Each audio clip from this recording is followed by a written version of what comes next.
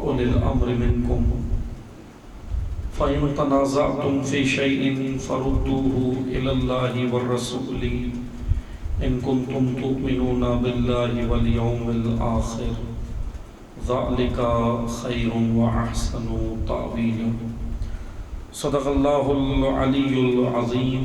درود پڑھیے محمد.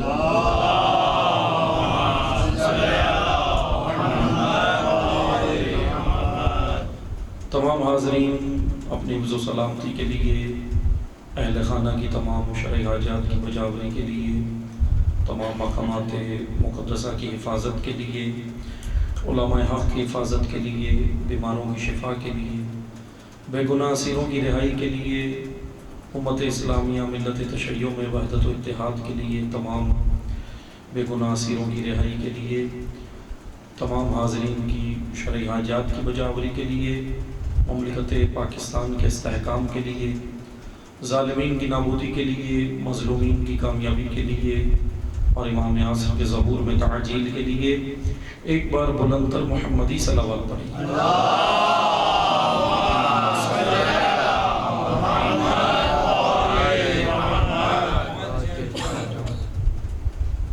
شکر گزار ہیں خداوند تبارک و تعالیٰ کے کہ اللہ تعالیٰ نے ہم سب کو ذکر محمد و آل محمد میں آنے کی، شرکت کرنے کی، ذکر محمد و آل محمد کا اہتمام کرنے کی، منعقد کرنے کی اور ذکر محمد و آل محمد پڑھنے کی، یہ ذکر کرنے کی جو توفیق خداوند متعال نے ہم سب کو عطا فرمائی، ہم سب بارگاہ الہی میں شکر گزار ہیں. شب شہادت امام یازدہم حضرت امام حسن عسکری علیہ السلام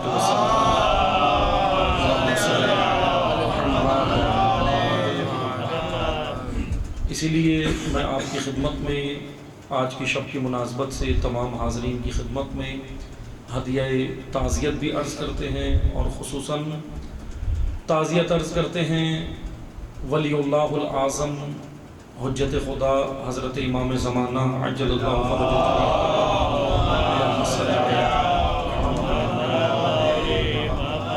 حضرت کو ان کے والد بزرگوار کے روز شہادت پر تعزیت پیش کرتے ہیں اور اسی کے ساتھ ہی میں، کیونکہ وقت مختصر ہے اور مختصر وقت میں ایک اہم موضوع آپ کی خدمت میں بیان کرنا ہے، اگرچہ موضوع مفصل ہے لیکن انشاءاللہ کوشش کریں گے کہ چند انہی مختصر وقت میں آپ کی خدمت میں چند طالب علمانہ آرائز امام کی زندگی کے حوالے سے بیان کر سکوں.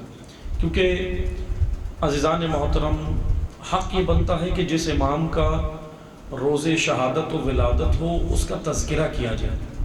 یعنی تذکرے سے مراد صرف یہ نہیں ہوتی کہ ہم صرف مصائب میں ان کا تذکرہ کریں بلکہ ان کی زندگی بیان ہے، کیونکہ ائمہ ہمارے لیے اسوہ حسنہ ہیں. قرآن کریم کا کہنا ہے جس طرح پیغمبر اکرم صلی اللہ علیہ وآلہ وسلم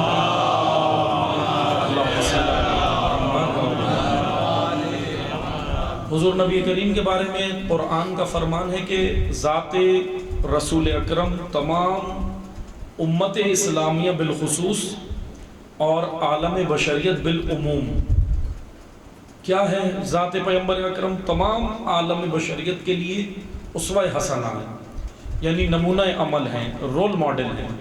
یعنی ان کی سیرت طیبہ کو اپنانا تمام امت اسلامیہ پر واجب ہے. اسی طرح رسول اعظم پیغمبر اکرم کی ذات اقدس ہمارے لیے اسوہ حسنہ ہے، اسی طرح آل رسول کی ذات اقدس بھی ہمارے لیے اسوہ حسنہ ہے. میں مختصر، کیونکہ زیادہ میں تمہیدی گفتگو نہیں کروں گا، کیونکہ تمہید میں اگر زیادہ وقت لگا تو شاید امام کے حالات بیان نہ ہو سکیں. اس لیے میں بلا تمہید موضوع پر آتا ہوں اور آپ کی خدمت میں امام کے حالات زندگی مختصر سے بیان کر کے پھر ذکر مصائب پہ آئیں گے. بس توجہ سنیں، اس سے قبل کہ ہم امام عسکری تک آئیں تھوڑا سا ہمیں پیچھے جانا پڑے گا ماضی میں، کیونکہ ائمہ کی زندگی سمجھنے کے لیے ہمیں ان ادوار کو سمجھنا بہت ضروری ہے. کیونکہ جب ہم دیکھتے ہیں کہ چھٹے امام کا دور جب آتا ہے تو اس کے اندر ایک حکومت ختم ہوتی ہے اور دوسری حکومت برسر اقتدار آتی ہے. اب میں زیادہ تاریخ نہیں پڑھوں گا کیونکہ الحمدللہ آپ واقف ہیں ہسٹری کا مطالعہ بھی کرتے ہیں، اسٹڈی بھی کرتے ہیں اور سنتے بھی ہیں بہرحال، لیکن میں مختصر بیان کروں گا۔ چھٹے امام کے دور میں اب حالات تبدیل ہو رہے ہیں، کیونکہ ایک نظریہ، ایک تفکر، ایک آئیڈیالوجی جس نے 90 سال حکومت کی ہے امت اسلامیہ پر، جو بنو امیہ کے نام سے ہے۔ بنو امیہ ایک فکر ہے، بنو امیہ ایک خاندان تو تھا اگرچہ، لیکن وہ ایک آئیڈیالوجی تھی۔ اب یہ ایک الگ بحث ہے کہ منفی تھی یا مثبت تھی، اب یہ اس بحث میں نہیں جاتے، ورنہ ساری مجلس پھر بنو امیہ کی خدمات پہ ہی ہو جائیں گی، جو انہوں نے خدمات کی ہیں۔ بہرحال خدمات یا جرائم یہ ایک الگ موضوع ہے، لیکن بہرحال ہسٹری ہے، تاریخ ہے، اور یہ میں نے کئی جگہ بیان کیا ایک طالب علمانہ کہ دیکھیں تاریخ شیعہ سنی نہیں ہوتی، عقائد شیعہ سنی ہوتے ہیں، عقائد میں اختلاف ہے ٹھیک ہے، لیکن تاریخ نہیں ہوتی، ہسٹری عقائد نہیں ہوتی، عقائد اور چیز ہیں اور تاریخ اور چیز ہے۔ اسی لیے تاریخ میں علماء نے، تاریخ میں مورخین نے بہت کچھ لکھا ہے، بنو امیہ کے بارے میں بھی، بنو عباس کے بارے میں بھی، اہل بیت کے بارے میں بھی بہت کچھ جو جمع ہوا۔ بہرحال ایک 90 سال ایک نظریے نے حکومت کی ہے امت اسلامیہ کے اوپر بعد پیغمبر اکرم۔ بعد پیغمبر اکرم میں ابھی زیادہ ڈیٹیل میں نہیں جاتا، بس مختصر سا خاکہ میں یہ جوانوں اور بچوں کے لیے عرض کر رہا ہوں، کیونکہ بزرگان جانتے ہیں اور ہم سے بہتر جانتے ہیں، یہ جوانان اور بچوں کے لیے میں عرض کر رہا ہوں، توجہ سنیں۔ بعد پیغمبر اکرم ہوتا کیا ہے امت اسلامیہ کے، یہ تاریخ ہے۔ اگرچہ دو موضوع اس وقت مجالس، محافل، کیونکہ ابھی میلاد بھی شروع ہو رہے ہیں، تو مجالس، محافل، ان کے لیے دو موضوع بہت اہم ہیں۔ انشاءاللہ ہم کوشش کر رہے ہیں، اور جو ہے وہ نیٹ پر یہ گفتگو انشاءاللہ آپ کو مل جائے گی، جو سننا چاہیں، جو ذوق رکھیں۔ پہلا موضوع ہے ضلالت سے ہدایت تک، یعنی جاہلیت سے رسول اللہ نے جو نکالا نا اور لے کر آئے ہدایت تک، ضلالت سے ہدایت تک، یہ وہ موضوع ہے کہ جو پیغمبر اکرم نے کام کیا مکہ اور مدینہ میں۔ لیکن ایک موضوع اور ہے، اور وہ ہے ہدایت سے واپس ضلالت تک، کیونکہ اگر یہ موضوع بیان ہوگا تو ہمیں کربلا سمجھ آئے گی، ہمیں ائمہ کے ادوار سمجھ آئیں گے، ہمیں یہ کربلا سمجھ آئے گی بھائی کربلا ہوئی کیوں ہے، اسباب، علل، ریزنز، کیا وجوہات ہیں کربلا بپا ہونے کی۔ کیونکہ جب تک وہ ریزنز ہمارے سامنے نہیں کھلیں گے، میں دو جملوں میں عرض کروں، کربلا کی وہ وجوہات جب تک ہمارے سامنے اس کے اوپر تجزیہ و تحلیل نہیں ہوگی، تو یاد رکھیں ہمیں اپنے عصر میں حسینی بن کے جینا نہیں آئے گا۔ اگر ہمیں اپنے عصر میں حسینی بن کے جینا ہے، اب بہرحال حسینی بن کے جینے سے مراد یہ ہے کہ عملاً، بس توجہ سے سنیں، میں ابھی کربلا کے حوالے سے ہم نے گفتگو کی ہے، وہ موجود ہے، پورے 2 مہینے جو ہے وہ یہی موضوع رہا، لیکن آج میں موضوع جو ہے اسی میں فوکس کروں گا، توجہ سنیں۔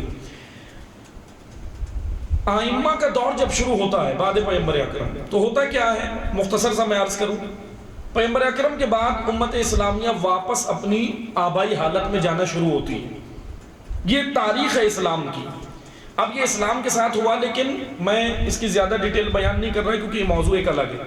بہرحال امیر المومنین کا دور آتا ہے، چند سال حکومت امیر المومنین نے کی، لیکن وہ اتنی زیادہ، امیر المومنین کی حکومت اتنی زیادہ نہیں عرصے رہی۔ بہرحال امام حسن کو زیادہ موقع نہیں ملا، کربلا ہو جاتی ہے۔ کربلا کے بعد تو پھر کسی بھی امام کو اقتدار نہیں ملتا ہے، ظاہری طور پہ اقتدار۔ اچھا سوال یہ بنتا ہے کیا اقتدار ائمہ کا حق نہیں تھا؟ ائمہ نے خود اپنے خطبات میں بیان کیا کہ یہ اقتدار جس پر بنو امیہ اور بنو عباس ہیں، یہ ہمارا حق تھا، یعنی اس سے ائمہ دستبردار نہیں ہوئے۔ کوئی اب یہ نہ سمجھے، کیونکہ ولایت ائمہ کو اللہ نے 2 عطا کی ہیں، ایک ولایت تکوینی ہے، ایک ولایت تشریعی ہے۔ ولایت تشریعی یہ دنیاوی، یعنی دنیا میں بھی ان کو حاکم بنایا ہے، اور تشریعی اور ولایت تکوینی یعنی اس کے علاوہ جو عالم غیب ہے وہاں بھی انہیں ولایت عطا ہوئی۔ تو اس لیے ہمیں ان کی اس ولایت کو سمجھنا ہے۔ جیسے اگر ہم یہ انکار کر دیں کہ جی نہیں ائمہ کا اقتدار سے کوئی تعلق نہیں تھا، تو اس کا مطلب یہ ہوتا ہے کہ ہم ولایت تشریعی کا انکار کر رہے ہیں۔ تکوینی تو مان رہے ہیں، مولا تو ان کو مان رہے ہیں، ہم چرند پرند کا مولا تو ان کو مان رہے ہیں، سمندروں کا کہکشانوں کا مولا جنات کا مولا تو ان کو مان رہے ہیں، لیکن انسانوں کا مولا رسول اللہ نے ان کو غدیر میں اس لیے بنایا کہ انسانوں کے مولا وہ جبھی ہیں کہ جب انسان اپنے اوپر ان کو حاکم مان لے، یعنی سرپرست۔ مولا کا معنی ہی سرپرست ہے، مولا کا معنی ہی انڈر سپرویژن ان کے آنا ہے، مولا کہتا ہی اس کو ہے۔ بس بہرحال عزیزان محترم، ہوا یہ کہ بعد کربلا جب ہم دیکھتے ہیں تو کسی بھی امام کو اقتدار تک آنے کے لیے کوئی مثلا سہولت تو کجا، حالات ہی بہت تنگ ہیں، حالات اتنے تنگ ہیں کہ جب دور آتا ہے، مثلا چھٹے امام کا دور آتا ہے تو ایک حکومت ختم ہو رہی ہے، دوسرا نظریہ برسر اقتدار آ رہا ہے۔ دوسرا نظریہ، حکومت نہیں، کیونکہ یہ ایک باقاعدہ آئیڈیالوجیز ہیں، دو آئیڈیالوجیز ہیں، ایک بنو امیہ کی آئیڈیالوجی تھی اور ایک بنو عباس کی آئیڈیالوجی تھی، اور اس کے مقابلے میں حسینی، علوی اور نبوی آئیڈیالوجی ہے جس کو اسلام کہا جاتا ہے، یعنی اسلام کا حقیقی چہرہ۔ بس عزیزان محترم، اب جب ہم دیکھتے ہیں چھٹے امام کے دور میں بنو عباس برسر اقتدار آتے ہیں۔ اچھا، بنو عباس کی روش ذرا الگ ہے بنو امیہ سے، ہیں دونوں دشمنان اہل بیت، بغض رکھتے ہیں، آئمہ سے دشمنی کرتے ہیں، یہ تاریخ ہے نا، لیکن طریقہ کار الگ الگ ہے۔ میں آج کی زبان میں سمجھاتا ہوں، میں تھوڑا سا ڈیٹیل میں جاؤں گا تاریخ میں آج کے عصر میں، کیونکہ آج کی زبان میں اگر میں آپ کو سمجھاؤں گا تو پھر ہمیں واپس پھر جائیں گے بنو عباس کے دور میں۔ بس تھوڑا سا اپنے ذہنوں کو آمادہ رکھیں، توجہ سنیں۔ آج آپ ایک نعرہ سنتے ہیں میڈیا کے اوپر، اسلامو فوبیا، سب سنتے ہیں، لیکن اس کو ذرا وضاحت کی ضرورت ہے۔ اسلامو فوبیا ہے کیا چیز؟ اسلام کے خلاف یہ جو سارے افکار اور نظریات پیش کیے جاتے ہیں، یہ ہے کیا چیز؟ اسلامو فوبیا یہ ابھی ایک دم شروع نہیں ہوا، باقاعدہ پری پلانڈ کام ہے۔ اچھا، یہ شروع کب سے ہوا؟ ابھی میں اس کی ڈیٹیل میں نہیں جاتا، بس میں آپ کو نمونے کے طور پر دو چیزیں بیان کروں گا۔ اسلامو فوبیا کے لیے دو طریقہ کار اسلام کو مثلا ڈیگریڈ کرنے کے لیے، اسلام کا چہرہ خراب کرنے کے لیے دشمنان اسلام نے اپنائی۔ ایک انہوں نے شروع میں جو کام کیا وہ تھا اسلام ستیزی۔ توجہ سنیے گا، میں وضاحت کروں گا ذرا اردو کے جملے، کیونکہ ابھی جوانان تو اردو سے واقف ہے نہیں، بزرگان تو جانتے ہیں، اردو تو ہم بھول گئے، بس توجہ سے میں وضاحت کروں گا تو آسان ہو جائے۔ اسلام ستیزی اور دوسرا ہے اسلام ہراسی۔ اردو کے جملے اب میں اس کی وضاحت کروں۔ اسلام ستیزی یعنی اسلام کے خلاف پہلے آ کر مسلمانوں کو قتل کرنا، قتل و غارت گری کرنا، اسلام کے خلاف پروپیگنڈے۔ اچھا، دوسرا جو ہے نا اسلام ہراسی، اس کے اندر بدن قتل نہیں کیے جاتے، اس کے اندر عقائد پہ یلغار ہوتی، اس کے اندر معنویات لی جاتی، اس کے اندر ارواح کو مارا جاتا ہے، اس کے اندر دین کو ایک افیون بنا دیا جاتا ہے، ایک نشہ بنا دیا جاتا ہے، یہ اس کے اندر ہوتا ہے باقاعدہ۔ اچھا، یہ ہوا کیسے؟ کیا صرف اسلام کے خلاف یہ ہوا؟ نہیں عزیزان محترم، یہ پہلے سب سے پہلے آج سے 400 سال پہلے، ہسٹری ہے، تاریخ ہے، آج سے 400 سال پہلے یہ کرسچینٹی کے خلاف ہوا، کرسچنزم، حضرت عیسیٰ علیہ السلام کی تعلیمات کے خلاف پہلے یہ کام ہوا، اور اس زمانے کو تاریخ کی اصطلاح میں قرون وسطیٰ کہتے ہیں۔ قرون وسطیٰ کا زمانہ، قرون وسطیٰ کے زمانے میں ہوا کیا؟ میں اس لیے آپ کو اس زمانے میں لے کے جا رہا ہوں کہ آج لانا ہے، اور پھر ہمیں بنو عباس کی اسٹریٹجی اور پھر ان کے مقابلے میں امام عسکری کی اسٹریٹجی سمجھنی آنا، ہم نے موضوع کو مثلا یہیں پہ کمپلیٹ کرنا ہے۔ توجہ سنیں، قرون وسطیٰ میں دیکھیں کام کیا ہوا۔ قرون وسطیٰ کے اندر انہوں نے کام یہ کیا، اب میں کس کی بات کر رہا ہوں؟ اب سب کہیں گے کون ہے وہ انہوں نے جن کو کہا جا رہا ہے؟ وہ عالمی تھنک ٹینک ہے، عالمی تھنک ٹینک اور اسٹیبلشمنٹ، عالمی اسٹیبلشمنٹ۔ کیا کیا انہوں نے؟ عزیزان محترم توجہ سنیں، قرون وسطیٰ کے زمانے میں مذہب کو سب سے پہلے انہوں نے مذہب کا چہرہ خراب کیا۔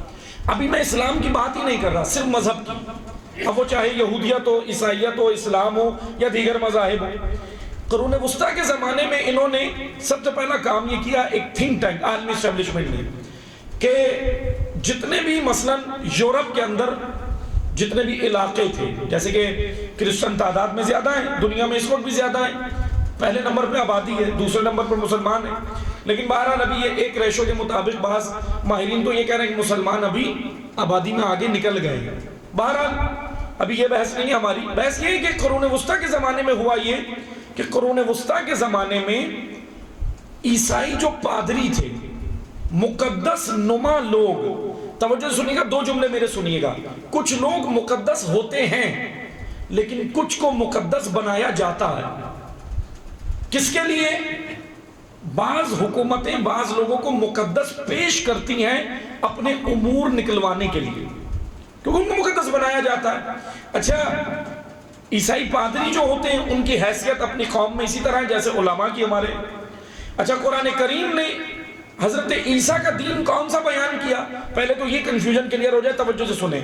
قرآن کہتا ہے آدم سے لے کر خاتم تک ہر نبی ایک ہی دین لایا ہے، دین الگ الگ نہیں ہے، ورنہ یہ آیت کیا کہہ رہی ہے؟ ان الدین عند اللہ الاسلام، اللہ کے نزدیک تو ایک ہی دین ہے، وہ اسلام ہے۔ اب سوال یہ بنتا ہے اسلام ایسے ہی عزیزان محترم، ادیان الگ الگ نہیں ہیں، دین ایک ہی ہے، مگر انبیاء امتوں کے لیول کے حساب سے ان کے لیے نصاب لائے ہیں۔ میں اور وضاحت کر دیتا ہوں، جیسے آپ دیکھتے ہیں پاکستان میں تعلیمی نظام ہے نا، ایجوکیشن کا ایک سسٹم ہے، تعلیمی نظام میں ایک نصاب بنتا ہے، حکومت بناتی ہے نصاب۔ اچھا، وہ نصاب کس طرح ہوتا ہے؟ مونٹیسری لیول سے لے کر اوپر گریجویشن اور ماسٹرز تک ہوتا ہے، نصاب ایک ہی ہے، نصاب الگ الگ تو نہیں ہے، لیکن اسٹوڈنٹ کے لیول کے مطابق ان کو وہ نصاب دیا جاتا ہے۔ آپ دیکھیں مونٹیسری لیول کے بچے کی کتابیں، پھر اس کے بعد پرائمری سیکشن، پھر سیکنڈری، پھر میٹرک، پھر اس کے بعد انٹرمیڈیٹ اور گریجویشن تک، اسی طرح ہوتا ہے نا۔ بس توجہ سے سنیں، نصاب ایک ہی ہے مگر تعلیمی درجات ہیں، درجہ بدرجہ، جیسے جیسے بچہ اسٹوڈنٹ، جیسے جیسے طالب علم کی فکری سطح بلند ہو رہی ہے، اس کا تعلیمی لیول یعنی آئی کیو لیول، اس کا ذہنی لیول جو ہے وہ بڑھ رہا ہے، تو اسی طرح پھر ہو کیا رہا ہے؟ پھر وہ اپ گریڈ جس طرح ہو رہا ہے، تو اسی طرح نصاب بھی اس کو اسی حساب سے دیا جا رہا ہے۔ اب یہ مثال تھی مطلب کی جانب آئیں، توجہ سنیے گا، میں سمیٹ رہا ہوں گفتگو، یہ مثال تھی مطلب کی جانب آئیں۔ آدم علیہ السلام آئے، ابھی تو انسان دنیا میں آنا شروع ہوا تھا، لیول کیا تھا؟ نوح علیہ السلام آئے، لوگوں کا لیول کیا تھا؟ نوح علیہ السلام کی جو امت تھی مونٹیسری لیول کی تھی، پھر اس کے بعد دیگر انبیاء آتے رہے، ابراہیم علیہ السلام آئے، پرائمری سیکشن آ گیا، موسیٰ آئے، سیکنڈری سیکشن آ گیا، عیسیٰ علیہ السلام آئے، انٹرمیڈیٹ سیکشن آ گیا، اور جب حضور نبی کریم آئے تو اب امت کا لیول گریجویشن سیکشن کیا۔ یعنی قرآن تمام انبیاء کی تعلیمات کا نچوڑ ہے، توریت، زبور، انجیل، تینوں کتابوں کا نچوڑ قرآن ہے، اور تمام انبیاء کے اوپر جتنے صفحہ آسمانی نازل ہوئے ان سب کا نچوڑ قرآن ہے، ان سب کا نچوڑ قرآن ہے۔ اب عزیزان محترم، قرآن وہ جامع کتاب ہے جس میں کوئی تبدیلی نہیں ہوئی، توریت میں تحریفات ہو گئی، تبدیلی ہو گئی، انجیل آج اپنی اصلی حالت میں نہیں ہے، بائبل اپنی اصلی حالت میں نہیں ہے۔ اچھا، بہرحال یہ ایک الگ داستان ہے، کس نے کیا، کن لوگوں نے کیا؟ عیسیٰ علیہ السلام کے دین کو کس نے پلٹ دیا؟ عیسیٰ چلے گئے پردہ غیب میں، عیسیٰ علیہ السلام کہاں گئے؟ پردہ غیب میں۔ عیسیٰ کس کو اپنا وارث بنا کے گئے تھے؟ عیسیٰ علیہ السلام نے کہا تھا علماء حق، جن کو قرآن نے رہبانیون کہا ہے۔ رہبانیون عیسائیوں کے علماء کو قرآن خطاب کر کے کہتا ہے اپنی اصطلاح میں۔ بس توجہ سے سنیں، عیسیٰ علیہ السلام جو دین لائے تھے یہ وہی دین ہے جو رسول اللہ لائے۔ جیسے بعض لوگ کہتے ہیں نا کہ جب امام ظہور کریں گے تو کیا ہوگا، عیسیٰ علیہ السلام تو ان کے پیچھے آئیں گے، نماز بھی پڑھیں گے، سب کچھ کریں گے، تو عیسائیت والا دین الگ ہوگا، اسلام الگ ہوگا؟ نہیں، عیسیٰ علیہ السلام اسی دین پر ہیں جو مہدی علیہ السلام، دین ایک ہی ہے، وہ ہے اسلام۔ لیکن آج جو ہمیں فالوورز نظر آ رہے ہیں، دیکھیں میں آپ کو ایک نقطہ دیتا ہوں، ہمارے ساتھ مشکل یہ ہوتی ہے، ہم کسی بھی مذہب کو سمجھنا چاہتے ہیں تو اس کو پڑھتے نہیں ہیں، فالوور کو دیکھ کے کہتے ہیں یہ مذہب ایسا ہے، اور یہ غلطی پر ہے ہم، مثلا فالوورز کو دیکھ کر کہتے ہیں یہ مذہب ایسا ہے۔ اب ہمیں جو عیسائیت کے اندر فرقے نظر آتے ہیں، آرتھوڈاکس ہے، کیتھولک ہے، پروٹیسٹنٹ ہے، کیا یہ فرقے حضرت عیسیٰ نے بنائے تھے؟ نہیں، قرون وسطیٰ میں بنے، لہستان کے اندر اور یورپ کے اندر یہ سارے فرقے بنے۔ بہرحال آج سب سے بڑے جو میجورٹی میں وہ کیتھولک ہے۔ اچھا، بنے کیسے؟ میں ان پہ اس لیے میں زیادہ آپ کو ان تعلیمات کا، میں حضرت عیسیٰ علیہ السلام کا اس لیے زیادہ تذکرہ کر رہا ہوں کیونکہ حضرت عیسیٰ کا تذکرہ مربوط ہے امام زمانہ سے۔ آج کا دن بہت اہم ہے امام کی امامت کے حوالے سے. بس توجہ سے سنیں، میں نے گفتگو بہت سمیٹ لی ہے، میں زیادہ ڈیٹیل میں نہیں جا رہا. قرون وسطیٰ میں کیا ہوا؟ اب حضرت عیسیٰ آئے. حضرت عیسیٰ آ کر جو دین انہوں نے پہنچانا تھا وہ پہنچایا، احسن طریقے سے پہنچایا. عیسیٰ علیہ السلام پردہ غیب میں چلے گئے، خدا نے ان کو اٹھا لیا. ٹھیک ہے، پیغمبر اکرم کا دور آیا، اسلام. ان الدین عند اللہ الاسلام، اسلام یعنی تسلیم ہونے والا دین. اچھا قرآن کہہ رہا ہے اے نبی ان کو کہو تم اسی دین پر ہو جس پر ابراہیم تھے. یعنی ادیان الگ الگ نہیں ہے، ایک ہی دین ہے. بس جیسا میں نے آپ کو مثال دینے کے لیے سمجھایا تھا، مثال دے کر سمجھایا تھا کہ لوگوں کی فکری سطح کے مطابق نصاب آیا. حضرت داؤد کی امت توریت کے لیول کی تھی، اتنا لیول ان کا اپ گریڈ نہیں تھا، اس لیے ان کو توریت دی گئی. حضرت موسیٰ کی امت زبور والے لیول پر تھی، عیسیٰ علیہ السلام کی امت انجیل والے لیول پر تھی، اور امت محمدیہ قرآن کے لیول پر. لیول اپ گریڈ ہوا ہے انسانوں کا، اس لیے نصاب ایک ہی ہے.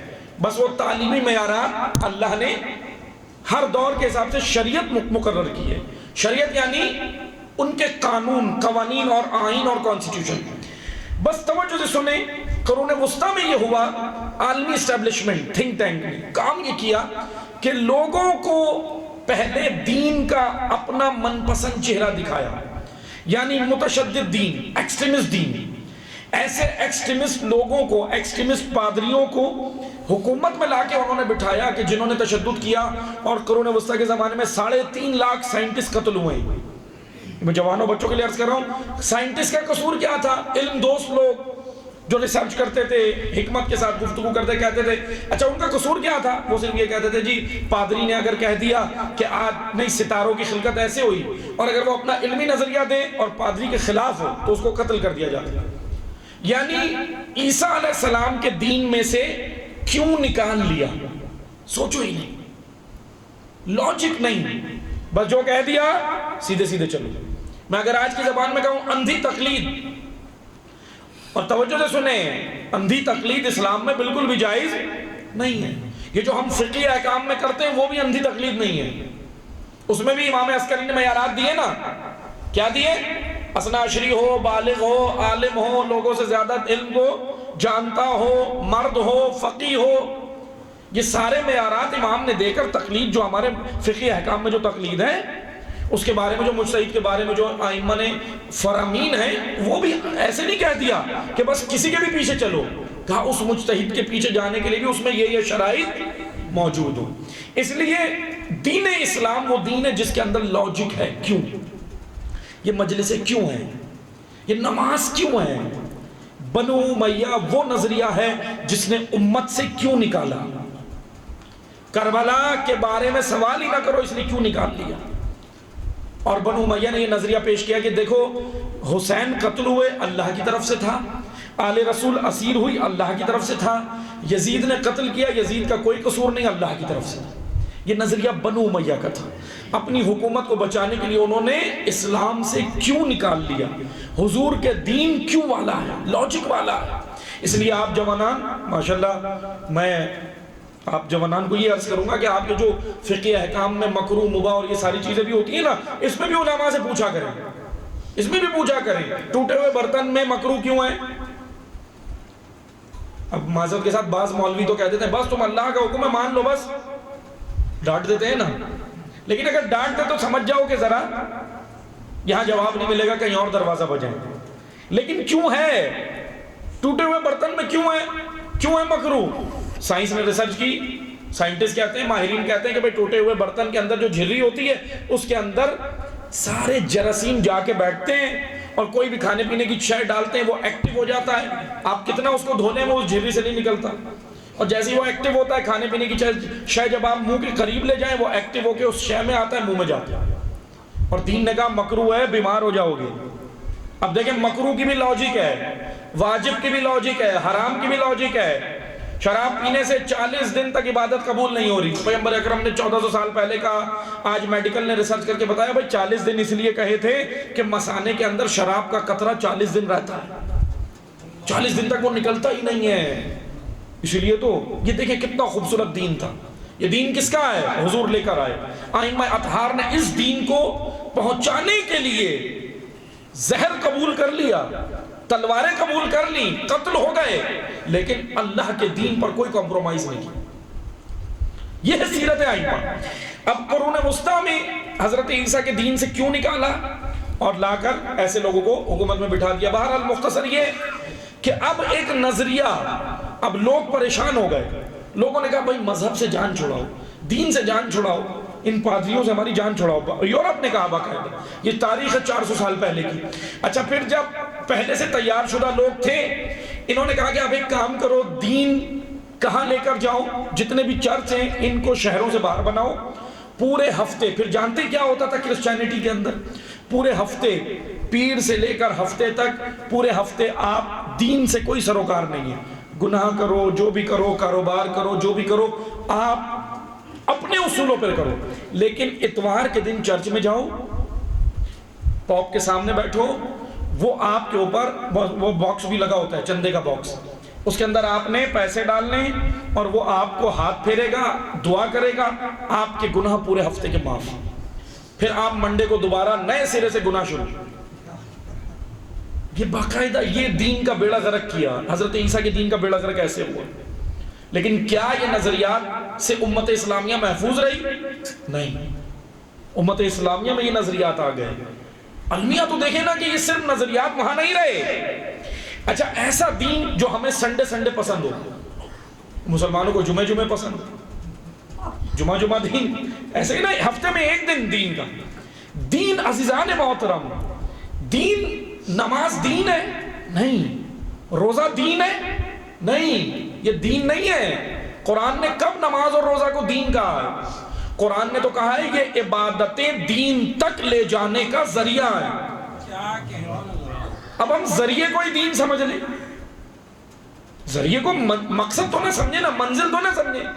بھائی آپ نے ادھر مجلس میں آنا ہے، آغا شجاع رضوی کے گھر آپ سب نے مجلس میں آنا تھا برادر کے یہاں، ٹھیک ہے، آپ گاڑی میں آئیں گے، منزل آپ کی یہ ہے، لیکن گاڑی میں بیٹھ کر کوئی گاڑی میں ہی گھومتا رہے اور گاڑی کو ہی مقصد سمجھ لے تو یہ تو پھر اس کے دماغ میں فاتحہ پڑھنی چاہیے کہ بھئی آپ نے گاڑی کو مقصد سمجھ لیا۔ منزل یہ ہے، منزل تک جانے کے لیے ذریعہ اور وسیلہ گاڑی ہے۔ عبادتیں انسان کو عبد بنانے کے لیے ہیں، عبد بنانے کے لیے۔ نماز، روزہ، حج، زکوٰۃ، جتنی عبادتیں یہ خود مقصد نہیں ہیں، عبادتیں وجود انسانی کی تربیت کے لیے ہیں۔ یعنی عبادتیں مجھے قانون الہی کا پابند کریں گی۔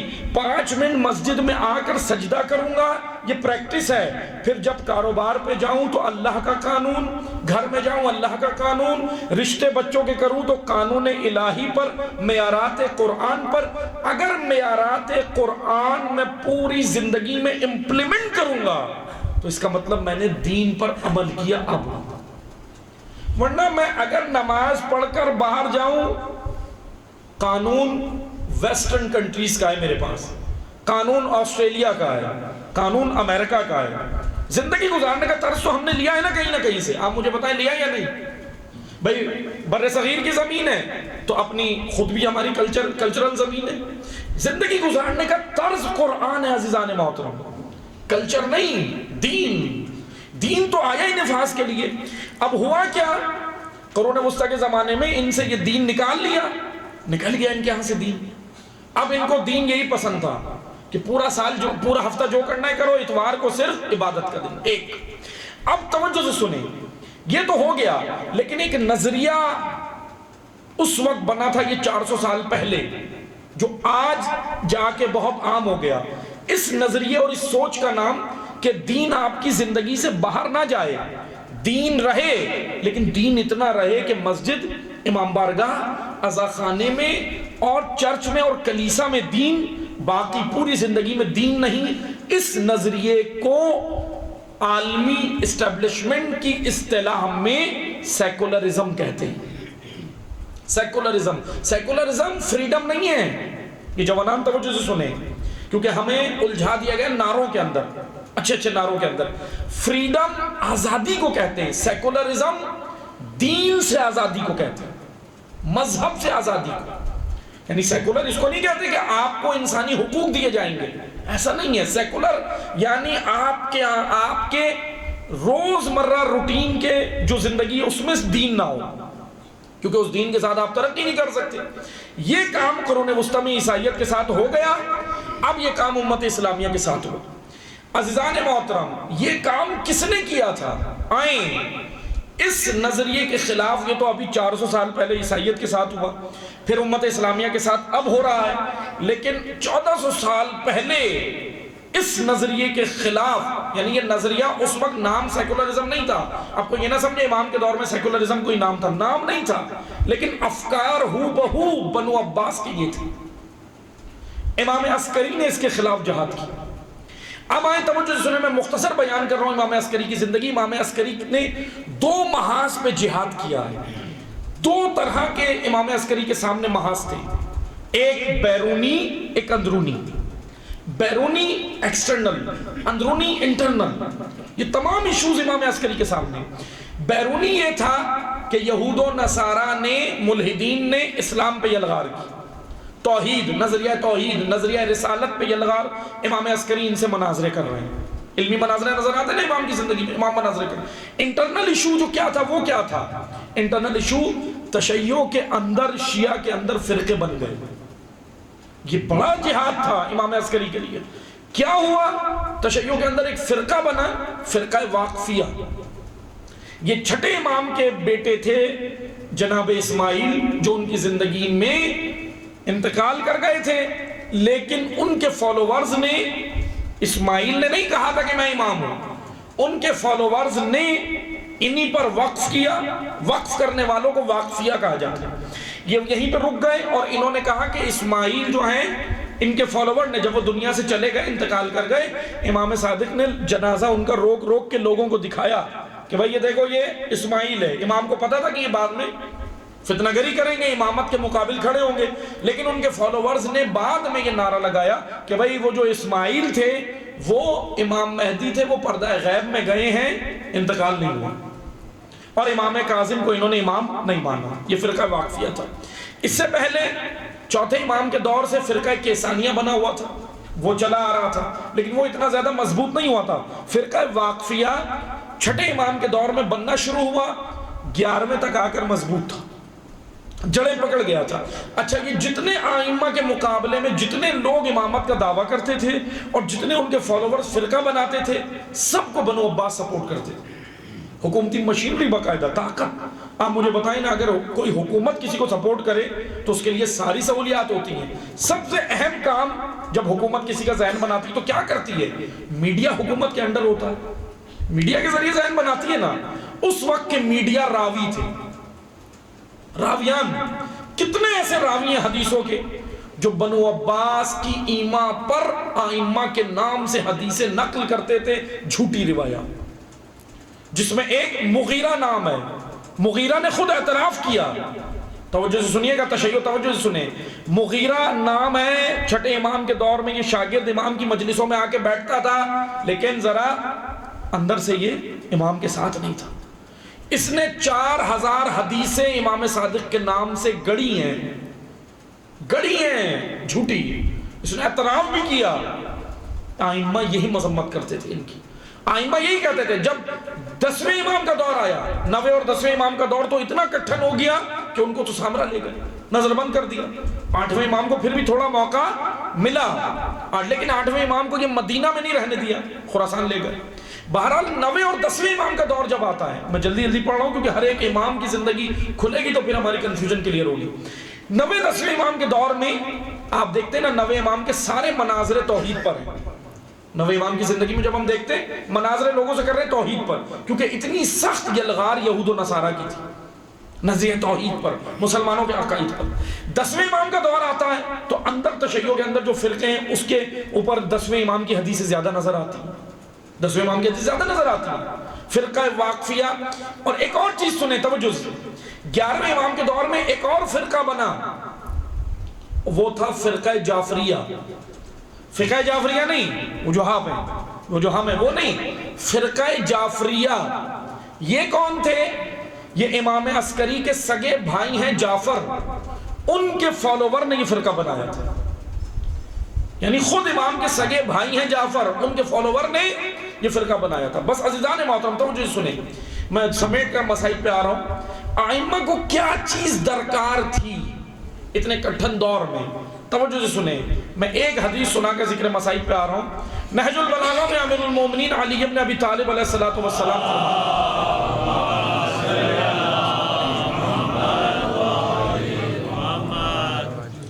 امام امیر المومنین فرماتے ہیں، توجہ سنیں، امام کہتے ہیں نہج البلاغہ میں، اے لوگو، یہ جو میں نے آیت پڑھی تھی نا شروع میں، بس میں اس پہ آ کے گفتگو تمام کر رہا ہوں. امیر المومنین کہتے ہیں، اے لوگو، اللہ نے ایک حق میرا تمہاری گردنوں پہ رکھا ہے اور ایک حق تمہارا میری گردن پہ رکھا ہے. یعنی مولا اپنا حق بھی ہم سے لینا چاہ رہے ہیں. ہے کوئی جو علی کا حق ادا کرنے کے لیے تیار ہے؟ ہم کہتے ہیں نا کہ مثلا کہتے ہیں نا، جب ہم گریا کرتے ہیں، روتے ہیں، ماتم کرتے ہیں، نمازیں پڑھتے ہیں، سب کچھ عبادتیں کرتے ہیں، پھر آخر میں کیا کہتے ہیں؟ مولا حق ادا نہیں ہوا.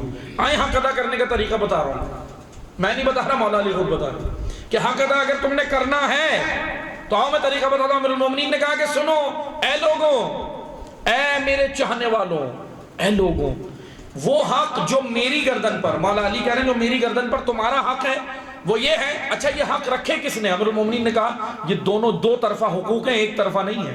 یہ دو طرفہ حقوق اللہ نے رکھے ہیں. امیر المومنین نے کہا کہ اے لوگوں، جو حق اللہ نے میری گردن پہ تمہارا رکھا ہے وہ یہ ہے کہ میں تمہارا امام ہوں، میں تمہیں دو چیزیں دے کر جاؤں، ایک تعلیم، دوسرا ادب. تعلیم اور ادب، دو چیزیں فقط. امیر المومنین نے کہا میں تمہیں یہ دینے آیا ہوں، یہ لے لو. ائمہ، اب یہ تمام ائمہ ہمیں یہی دینے آئے، تعلیم اور ادب، دو چیزیں. پھر امیر المومنین نے کہا کہ سنو، یہ تو میرا حق، میری گردن پہ تمہارا حق ہے، لیکن اب تمہاری گردن پہ میرا بھی حق ہے. میں تمہیں تعلیم اور ادب دوں گا، بدلے میں تم نے میری اطاعت کرنی. بس اطاعت، اطاعت سرنڈر، اطاعت تسلیم، مان لینا. دو جملوں میں اطاعت کی وضاحت کر کے میں مسائل پہ آ رہا ہوں، کیونکہ وقت نہیں ہے. امام عسکری کا بھی میں نے مختصر سے تذکرہ کیا کہ امام نے ان دو محاذوں پہ مقابلہ کیا. توجہ سے سنیے، اطاعت کیا ہے؟ اطاعت ہم نے بہت سنی ہے جی. اطاعت دو، کسی کے حکم کو قبول کرنے کو اطاعت کہتے ہیں، یہی معنی ہے نا مختصر سا. لیکن اطاعت کے لیے شرط ہے، حکم کسی کا آپ قبول کریں اس کے دو طریقے ہیں، یا تو اکتاہٹ کے ساتھ یا رغبت کے ساتھ. اکتاہٹ یا رغبت، چلے میں آپ کو مثال دیتا ہوں. دو بیٹے ہیں گھر میں، باپ نے والد نے بیٹوں کو حکم دیا. اچھا دونوں بیٹوں پر حکم ماننا واجب ہے؟ واجب تو ہے نا، کیونکہ باپ ہے، مانیں گے. اچھا دونوں کے ماننے کا انداز الگ الگ تھا، کیفیت، کنڈیشن اور چہرے کا انداز الگ تھا. ایک بیٹے کو جب حکم دیا باپ نے کہ بیٹا یہ کام کرو، تو اس کے چہرے پہ بل آ گئے، ماتھے پہ بل آ گئے. کام تو کیا اس نے لیکن ذرا بل آ گئے. لیکن دوسرے کو جب دیا تو چہرہ کھلکھلا اٹھا. یعنی یہ دو کنڈیشنز ہیں، ایک اکتاہٹ، ایک رغبت. اطاعت اللہ، رسول اور اولی الامر کے حکم کو خوشی، رضا اور رغبت کے ساتھ تسلیم کرنے کو اطاعت کہتے ہیں. یہ شرائط کے ساتھ خوشی، رغبت، رضا، اس طرح تسلیم کرنا ہے. اور جب انسان مطیع بنتا ہے تو پھر اس کی علامت یہ ہوتی ہے کہ اس کی پیشانی خاک پہ آ جاتی ہے. یہ سجدہ جو ہے نا، سجدہ اطاعت کی علامت ہے. ائمہ نے اطاعت مانگی، اطاعت. ائمہ نے ہم سے اور کچھ بھی نہیں مانگا، ہم نے ائمہ سے مانگا نا. ماشاءاللہ آپ دیکھیں نا، اللہ نے ان کو وسیلہ قرار دیا ہے، وہ وسیلہ ہے واقعا. ہم ان کے ذریعے سے کیا نہیں لیتے، کیا نہیں لیتے. الحمدللہ سب کچھ ملا، سب نعمتیں انہی کی وجہ سے، سب نعمتیں ہیں نا ان کی وجہ سے. لیکن وہ بس ایک ہی چیز مانگ رہے ہیں عزاداروں ہم سے، اطاعت. اطاعت. کربلا میں کیا چیز نظر آتی ہے ہمیں؟ اطاعت. لیکن جو نہیں آتی ان میں کیا نظر آتی ہے؟ معصیت. اطاعت کے مقابلے میں معصیت ہے.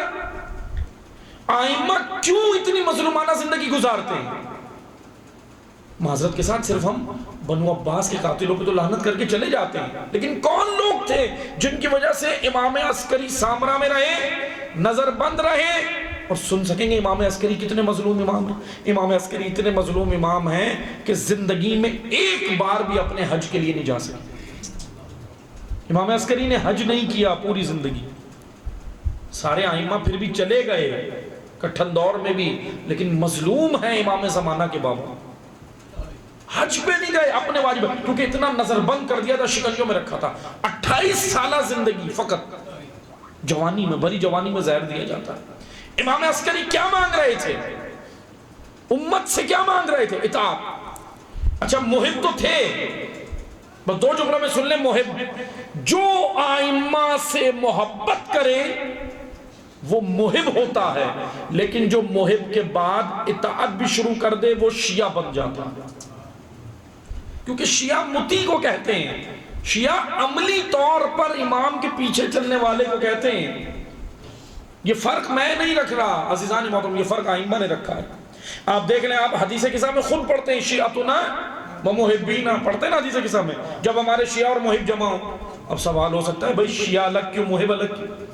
کیونکہ یہ کیٹیگریز بیان کی ہیں۔ لیکن ایک چیز یاد رکھیں، شیعہ کوئی آسمان سے نہیں آتا، یہ محب مجلسوں میں آتا ہے، عشق اس کے دل میں ہوتا ہے، خطیب کی ذمہ داری ہے آیا محب تھا اپ گریڈ کر کے شیعہ بنا کے بھیجو،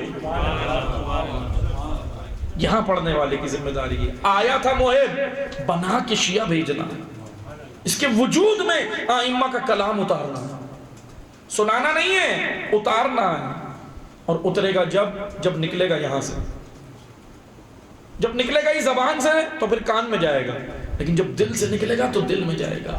اسی لیے تو علماء کے بارے میں ہے نا کہ جب تک اگر عالم با عمل ہوگا تو اس کا کلام اثر کرے، ورنہ اگر عالم بے عمل ہو جائے تو اس کا کلام اثر نہیں کرتا، پھر بس زبان سے، نو کے زبان سے نکلتا ہے، عوام کے کان تک جاتا ہے، ادھر سے نکل جاتا ہے، یہی تو ہوتا ہے نا۔ لیکن جب یہاں سے نکلے پھر اثر کرتا ہے، پھر جاتا ہے۔ عزیزان محترم، اطاعت سکھانی ہے ان عزاداروں کو، اطاعت اگر آ گئی خدا پھر 12واں بھیجتا ہے۔ کیا شرط رکھی ہے خدا نے 12ویں کے لیے؟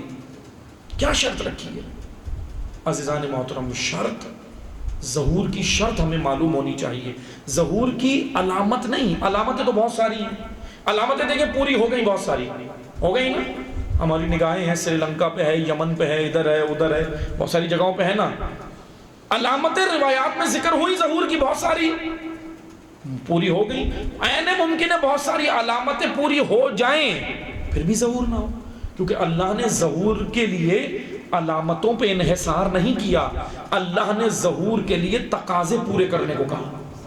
تقاضے، جب تک یہاں سے تقاضے پورے نہیں ہوتے وہاں سے خدا 12واں نہیں بھیجی۔ اور تقاضا ظہور کیا ہے؟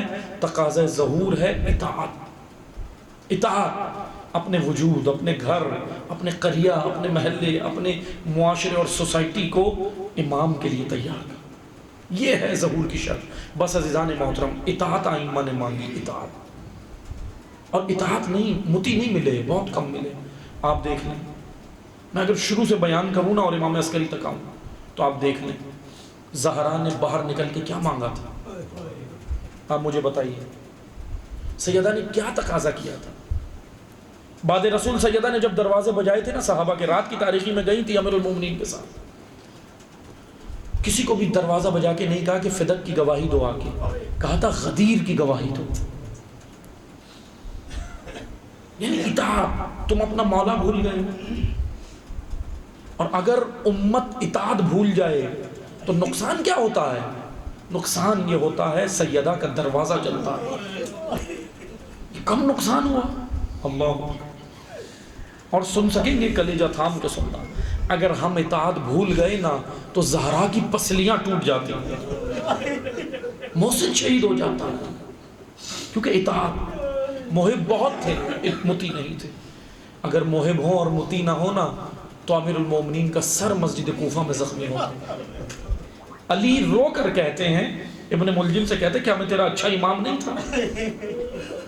اگر محب ہو اور مطیع نہ ہو تو عزاداروں سنو گے کیا ہوتا ہے۔ امام حسن سولبی کے مقام پر ران مبارک امام کی زخمی کر دیتے۔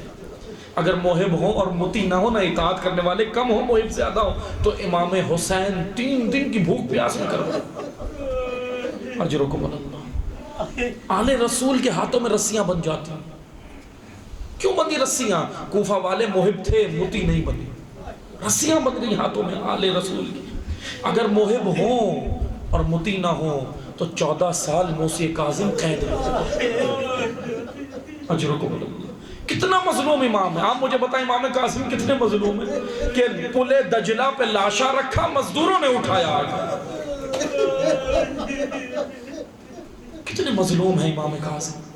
اگر محب ہوں اور شیعہ نہ ہو، متی نہ ہو، شیعہ تھے کم تھے، جیسے ائمہ چاہتے تھے وہ کردار بہت کم تھے، تو پھر امام رضا کو مدینہ سے گرفتار کر کے خراسان لیا۔ امام رضا کے گھر والے روتے رہے، مدینہ والوں نے نکل کے نہیں پوچھا۔ محب ہو اور متی نہ ہو تو 25 سال بھری جوانی میں امام تقی کو شہید کیا۔ امام نقی کو 42 سال کی عمر میں سامرا لے کر شہید کیا، نظر بند کر دیا۔ امام عسکری کا دن آ گیا۔ اتنے مظلوم ہیں امام عسکری نے، لیکن عزادارو امام عسکری نے سب کچھ بچایا، اللہ کے دین کو بچایا، مرجعیت کا نظام قائم کیا، اور اہم ترین چیز مہدویت، نظریہ مہدویت کو بچایا۔ لیکن امام عسکری نے صعوبتیں بہت جھیلی، شکنجوں میں رکھا جاتا تھا۔ اجرکم اللہ۔ عزادارو 2 جملے امام عسکری کے بارے میں سننا، پھر ایک جملہ اور پڑھوں گا کیونکہ زینب مدینہ آ گئی ہے۔ اللہ اکبر۔ اسدارو پرسہ اس طرح دینا، کس طرح پرسہ دینا؟ جیسے ابو بصیر کو امام باقر کہتے تھے، اے ابو بصیر ایسے رو جیسے بوڑھی ماں جوان بیٹے کو روتی۔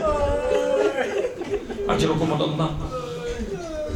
عزادارو پرسہ بھی ذرا، کیونکہ 2 دن ہی رہ گئے ایام عزا کے۔ ایام عزا جا رہے ہیں لیکن حسین کہیں نہیں جا رہے، حسین تو ہمارے دلوں میں بس، حسین تو کہیں نہیں جا رہے نا، عزاداری تو پورے سال رہیں گے، لیکن نہ جانے اگلے برس کون ہے کون نہیں ہے۔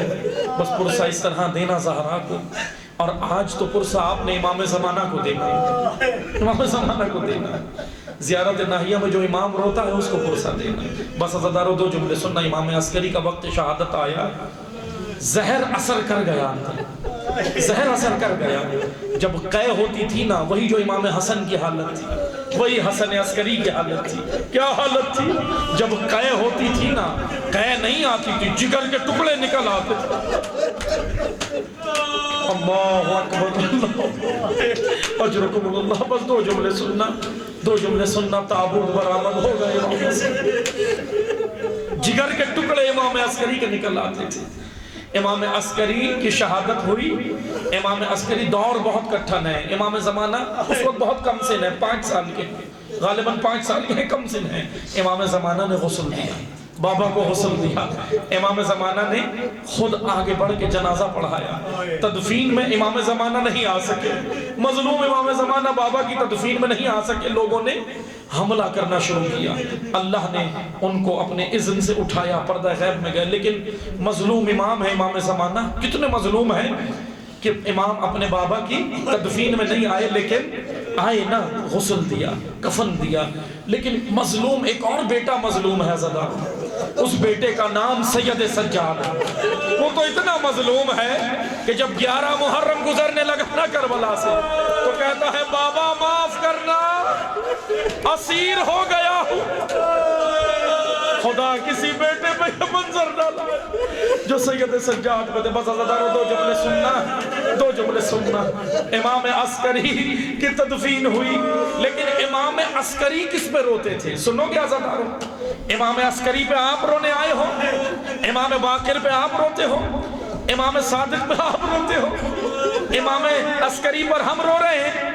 امام عسکری کس پہ روتے تھے؟ امام عسکری شام پہ روتے تھے۔ امام عسکری کا غم وہی تھا جو سید سجاد کا تھا۔ کیا غم تھا؟ الشام، الشام، الشام، وہی شام کا بازار۔ 2 جملے سننا، رہائی زینب کو مل گئی، مدینہ آ گئی۔ بس آخری جملے سننا، تابوت برآمد ہوگا۔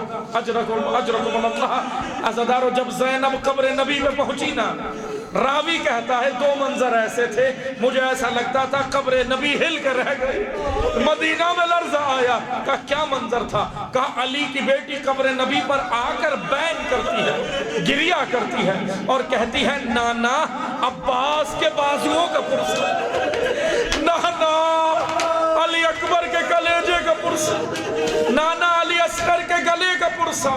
لیکن سننا، پھر کہتی ہے نانا بازوؤں پہ رسی لڑکیوں کے نشان، نانا شرابیوں کا مجمع، نانا شام کا بازار۔ لیکن راوی کہتا ہے اب جو منظر تھا، قبر نبی پہ لرزہ آیا۔ کیا منظر تھا؟ کہتا ہے زینب نے خون بھرا کرتا نکالا، قبر نبی پہ رکھ کے کہا نانا